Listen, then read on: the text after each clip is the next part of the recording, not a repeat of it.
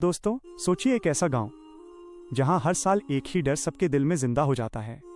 जैसे ही होली या पूर्णिमा का दिन आता है, पूरे गांव पर एक अजीब सा सन्नाटा छा जाता है।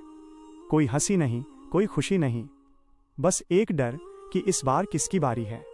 इसी डर और रहस्य के बीच बसती है देवतली नाम की एक जगह, जहां पिछले 15 सालों से एक भयानक परंपरा चली आ रही है।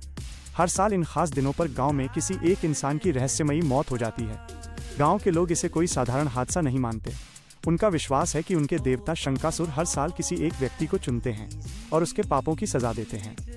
गांव के लोगों के लिए यह आस्था और डर का मिला जुला सच बन चुका है। लेकिन जब इस मामले की जांच के लिए इंस्पेक्टर सरज में गांव में आते हैं, तो उन्हें इस कहानी में देवता से ज्यादा इंसानों की चाल नजर आती है। उन्हें लगता है कि ये सब अंधविश्वास के पीछे छुपा कोई बड़ा खेल है, कोई ऐसा रहस्य जिसे जानबूझकर दबाकर रखा गया है।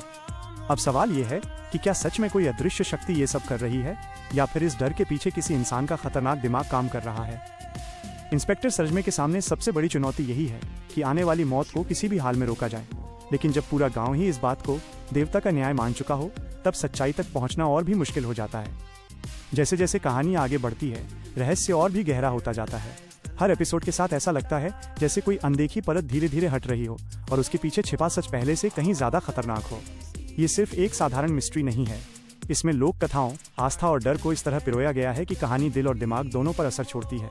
कई बार तो ऐसा महसूस होता है कि ये सिर्फ एक वेब सीरीज नहीं, बल्कि किसी पुराने श्राप की कहानी सामने आ रही है।